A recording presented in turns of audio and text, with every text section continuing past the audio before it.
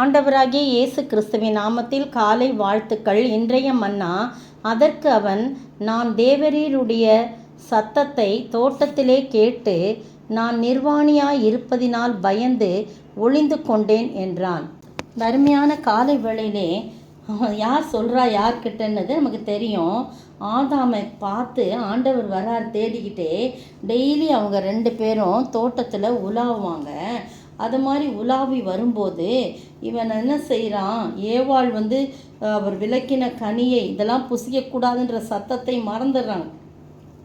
அந்த கனியை பறிச்சிட்டு ஆதாம்கிட்ட கொடுத்த உடனே நயமாய் அந்த சர்ப்பம் வஞ்சிக்கிறது.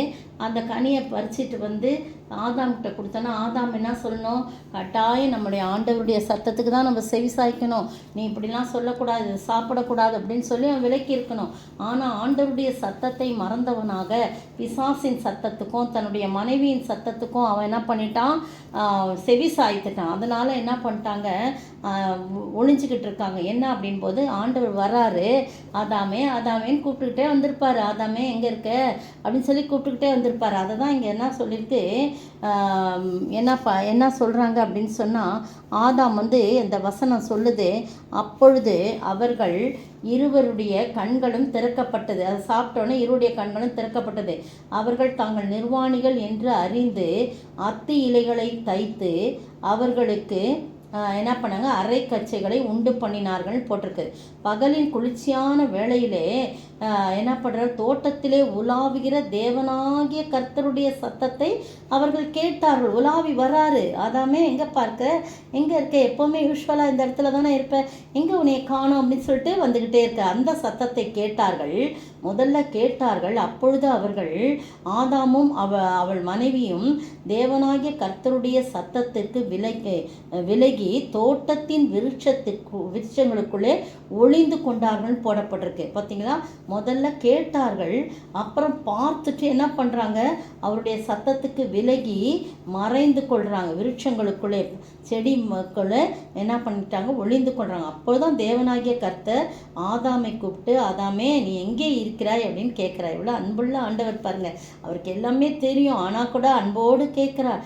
அதற்கு அவன் என்ன சொல்கிறான், நான் தேவருடைய சத்தத்தை தோட்டத்திலே கேட்டேன், அப்போயே கேட்டேன், அதனால் நான் நிர்வாணின்றதை அறிஞ்சிக்கிட்டேன், என்னுடைய கண்கள் திறக்கப்பட்டது, அதனால் நான் உங்களை பார்க்குறதுக்கு எனக்கு முடியல, உங்கள் சத்தத்தை நான் மறுத்து விட்டேன், உங்கள் சத்தத்துக்கு கீழ்ப்படியை மறுத்து விட்டு சாத்தானுடைய சத்தத்துக்கும் நீர் எனக்கு கொடுத்த மனைவியனுடைய சத்தத்துக்கும் நான் செவிசாய்ச்சிட்டேன், அதனால் ஒளிந்து கொண்டிருக்கிறேன் அப்படின்னு சொல்கிறார்.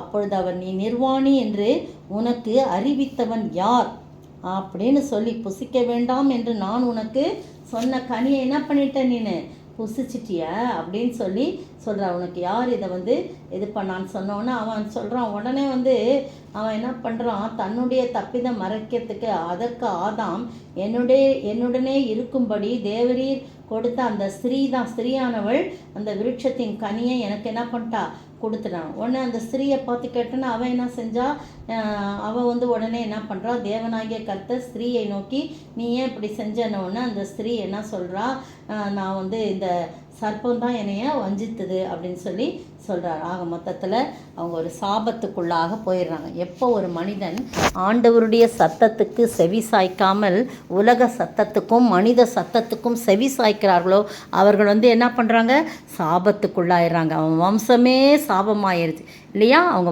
வம்சமாய் சாபமாயிடுது. ஆண்டவர் எவ்வளவு எதிர்பார்ப்போடு அந்த மகனை படைத்தார், எவ்வளவு எதிர்பார்ப்போடு ஆளுகை தந்தார்.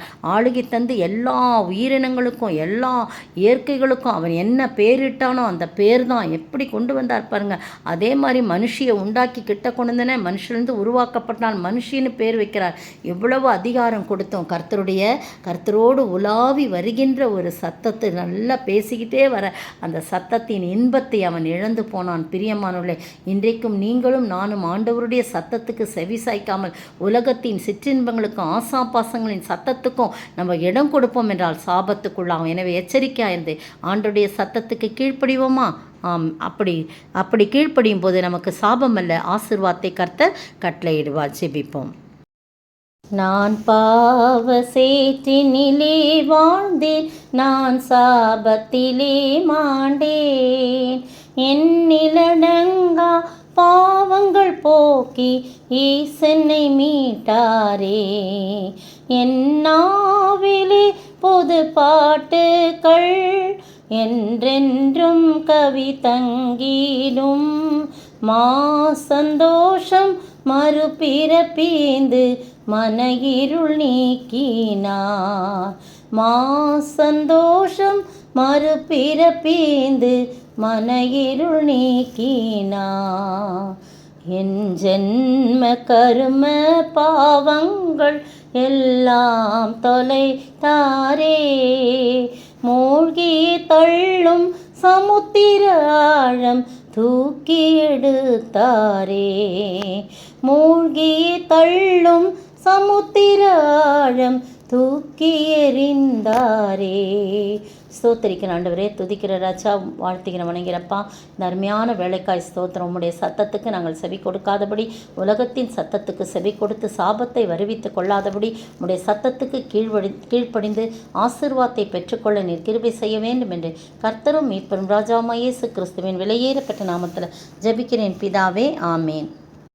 நேற்றைய பதில்: யூதா கோத்திரத்து சிங்கமும் தாவீதின் வேருமானவர் புஸ்தகத்தை திறக்கவும் அதன் 7 முத்திரைகளை உடைக்கவும் ஜெயம் கொண்டிருக்கிறான். வெளிப்படுத்தல் 5:5. இன்றைய கேள்வி: ஜெயிக்கிறவனாகவும் ஜெயிப்பவனாகவும் இருக்கிறவன் எதின் மேல் ஏறி வந்தான்? எதை கையில் பிடித்திருந்தான்? என்ன அவனுக்கு கொடுக்கப்பட்டது? ஜெயிக்கிறவனாகவும் ஜெயிப்பவனாகவும் இருக்கிறவன் எதன் மேல் ஏறி வந்தான்? எதை கையில் பிடித்திருந்தான்? அவனுக்கு என்ன கொடுக்கப்பட்டது?